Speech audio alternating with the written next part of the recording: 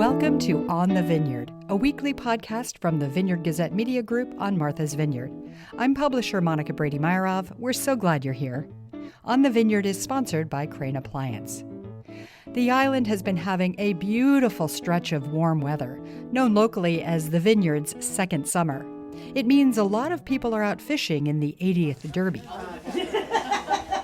I checked in with Chris Reed at the always lively Derby headquarters on Edgartown Wharf, and he explained the leaderboard to me. You have three fish, blue, bonita, albacore, that are weighable fish, and those are in the event. Striped bass used to be, but as a conservation effort, we've removed them for now about 10 years. It's still called the Martha's Vineyard Striped Bass and Bluefish Derby, but you can't catch striped bass. So, that name still resides with the identification of the Derby, but it's not on the boards. So what you're looking at here is two categories, right? Boat and shore for each, and first, second, and third. And if this is holding, which it is for quite a while, like the first day of the Derby, that's a 19.61 pound bluefish that was caught by boat by Matt Stedman. Fantastic fish. It holds the lead for now. Did you know Ultimate Frisbee was invented on Martha's Vineyard? Die Hard, Lethal Weapon, The Matrix. My brother was freaking out. And what do these Hollywood blockbuster movies have to do with Ultimate Frisbee and the Vineyard? Stay tuned to find out. This week we learned two well-known island coffee shops are closing shop. Mocha Motts will close its year-round location in Vineyard Haven. Mocha Motts has won Best of the Vineyard in Martha's Vineyard magazine for 20 years. One of the co-owners wants to retire. But don't despair, the Oak Bluffs location will stay open, but only seasonally. But where will I get my last-minute coffee before hopping on the ferry in Vineyard Haven? And the Plain View restaurant, known for its breakfast and great view of the runway, will close after nearly 30 years. The owners are ready to retire, and the airport is looking for a new tenant. That's the sound of the historic press in the Vineyard Gazette offices in Edgartown printing the paper. That means it's time to go upstairs to the newsroom and check in with Bill Evell, the editor-in-chief, and the reporters on this week's news. Turning now to the schools, which saw a lot of news this week. Superintendent of Schools Richie Smith announced that he would retire at the end of this school year. Louisa Hufstadter got to talk to Richie about his decision and what that means for the schools. Louisa?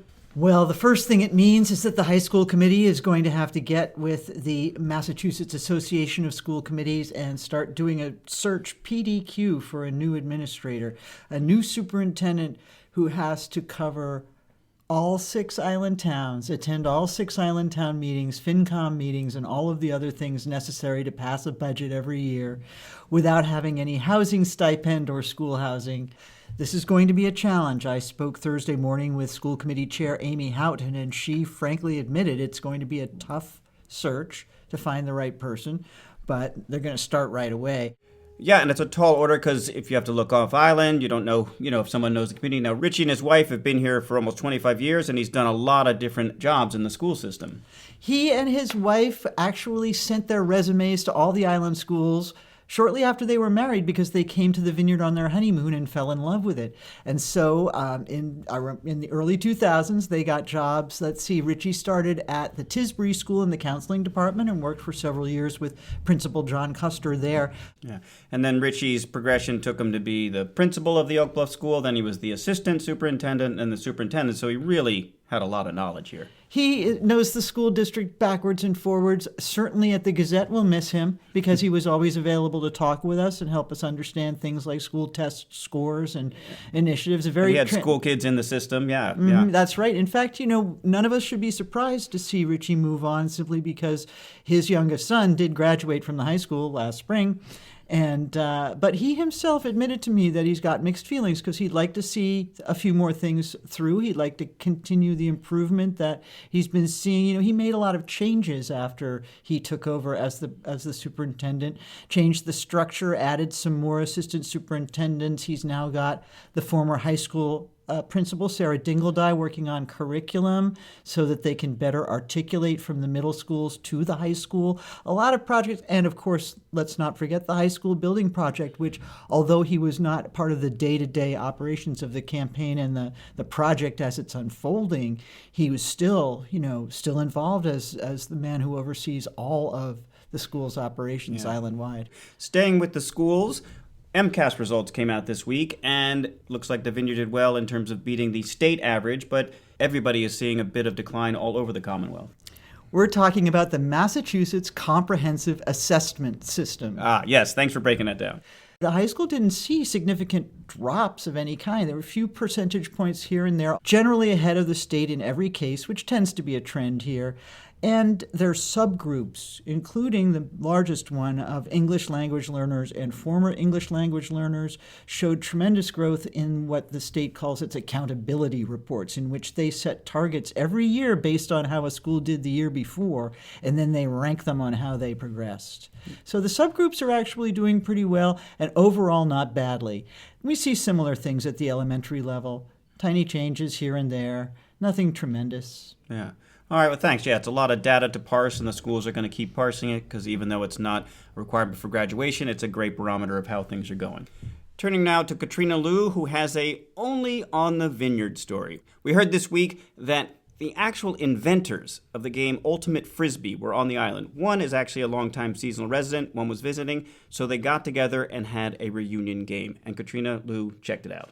Yeah, it was super fun. It was at the high school fields on Monday evening, and Joel Silver and John Hines are 2 out of 3 of the founders of Ultimate Frisbee, and they just happened to be here at the same time. They had no idea that the other person would be there, and coincidentally, people connected them, and then they met up, and with some other Ultimate Frisbee lovers on the Vineyard, they all played a pickup game. Yeah, and the story is super fun. It goes back to 1968 when these guys were in high school and they invented the game, and then John went on to become a lawyer specializing in international relations. But Joel, for those who are movie savvy, Katrina, let them know who Joel Silver is. Joel Silver has produced many films, some of which you may know by the names of Die Hard, Lethal Weapon, The Matrix. My brother was freaking out. Yeah, I was freaking out. It was pretty amazing. So these guys went on to these huge careers, but Ultimate has been a part of their lives forever, and they got together, and Joel was visiting a local filmmaker, Doug Liman, and that's sort of what brought him here. But Monday night, they were all kids again. Yeah, it was really cool just to see a bunch of people who knew each other, who also did not know each other, just play a pickup game of Frisbee. And like you said earlier, just such a coincidence and a fun story just to be a part of and talk about with them. All right. Thanks so much for that, Katrina. And you can read the whole story in the paper. You can read more on these stories and all the news for free at vineyardgazette.com. There are 2 great art exhibits related to the Derby going on right now. The Bass in the Grass, which features art from various artists working on the same size wooden fish. You can see them at the Carnegie and bid on them online in a fundraiser for the Derby Scholarship.